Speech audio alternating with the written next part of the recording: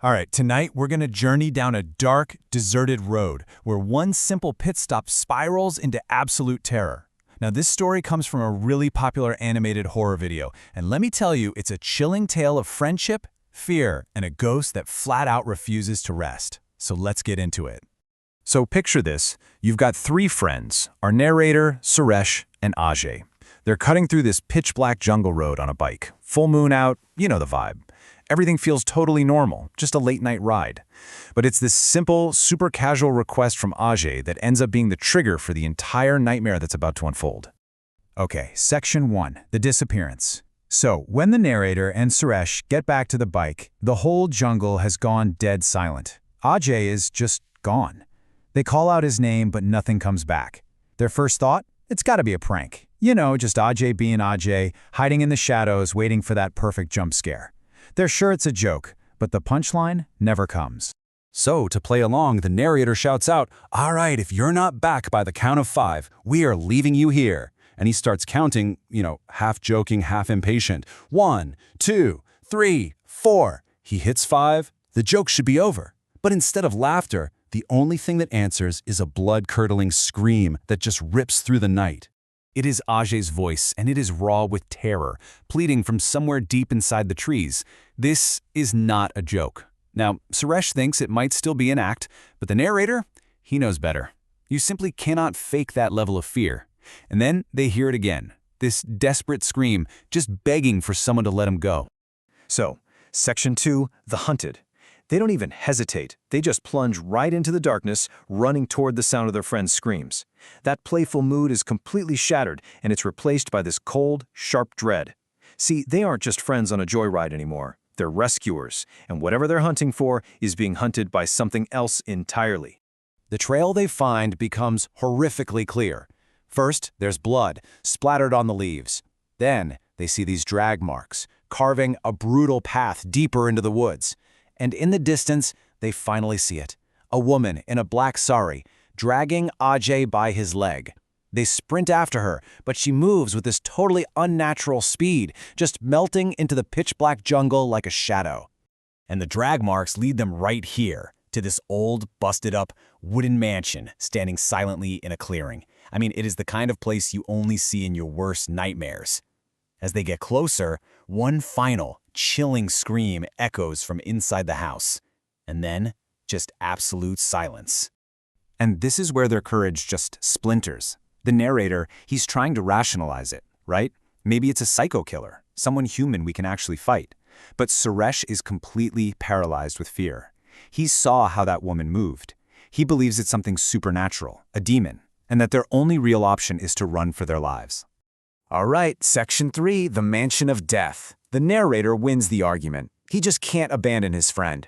So they arm themselves with some fallen branches and push the creaking door open. Immediately, a whole swarm of bats erupts from the darkness, and Suresh just screams, "See, I told you, witches live where there are bats!" Inside, the air is stale, thick with the smell of dust and, well, decay. A terrible scream from the second floor cuts right through the silence. And against Suresh's protests, the narrator charges up the stairs, his feet slipping on these patches of fresh blood. And what he sees waiting for him in the main corridor? Well, it's something that is going to haunt him for the rest of his life.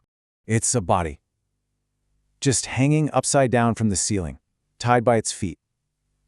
The arms are dangling, totally lifeless. It's completely naked. The sight is so grotesque, so horrifying that Suresh can only scream. His mind just can't process the pure horror of what he's looking at. As they're just staring, completely frozen in terror, they realize the most monstrous detail of all. The corpse is headless. They just assume it has to be Ajay, that they were too late.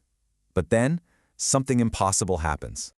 So we come to Section 4, the headless woman. From a dark room down the hall, they hear Ajay's voice again, crying for help. How is that even possible? They just saw his body. Armed with their makeshift clubs, totally terrified and confused, they start creeping toward the sound. Inside, there's a woman in a black sari, and she's sitting in the corner with their back to them. And she's weeping, but the sobs are in Ajay's voice. The narrator somehow manages to ask, "Who are you? Where is Ajay?" And slowly, the figure turns to face them. The woman is headless, and in her hands she's holding Ajay's severed head. The head is alive, its eyes are blinking, its mouth is moving, and it speaks to them in Ajay's voice, "Friends, I'm here." And in that one instant, they know Suresh was right all along. This is not human. Then the creature does something impossible. She lifts Ajay's head and places it onto her own neck, and it just fuses into place. Ajay's face turns to them, contorts into this sickening smile, and speaks in her voice, this chilling supernatural whisper. "Bring me my head, or I will take yours." And that's it. They turn and they run. They sprint out of that house and back into the jungle, not even daring to look back. But after a few moments, the narrator realizes he's all alone. He glances back and sees Suresh, just walking stiffly, like a puppet on strings, right back towards the mansion. He's been hypnotized. The narrator runs back, screaming at Suresh to snap out of it, but his friend just shoves him hard into a tree. When he recovers, he follows Suresh back into that same horrific room, and he finds him standing there holding a knife to his own throat, chanting the ghost's words like a prayer. "Bring me my head. Bring me my head." Before the narrator can even move, Suresh, still chanting, slices his own throat and severs his own head. His body just crumples to the floor in a spray of blood. The narrator turns to flee, but he's trapped. The ghost is standing in the doorway, blocking his only way out.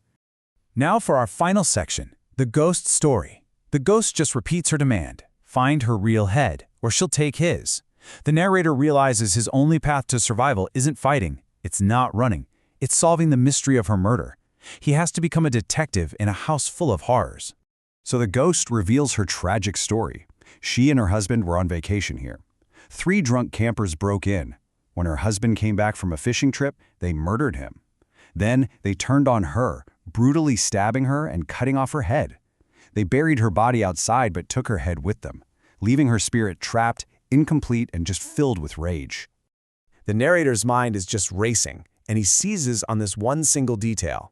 The ghost said the killers talked about frying fish, but her husband had only caught 1. That's not nearly enough for 3 guys. So what's the logical leap? They must have gone to the pond behind the house to catch more. And the killer carrying her head wouldn't want to lug it around. He probably just threw it into the pond. It's a total long shot, but it's his only chance. He dives into the cold, murky pond, searching the bottom for hours. And finally, his hands close around something buried deep in the mud, a human skull. He brings it back to the banyan tree, unearths the woman's skeleton, and places the skull right where it belongs. And as he gives her a proper cremation, her spirit is finally freed, ascending peacefully into the night sky. He survived. He escaped the jungle that night and never, ever looked back. But this leaves us with one final, haunting question. After watching your 2 best friends die so brutally, after coming face to face with a vengeful spirit, can you ever really be free? Or does a piece of that mansion just stay with you forever?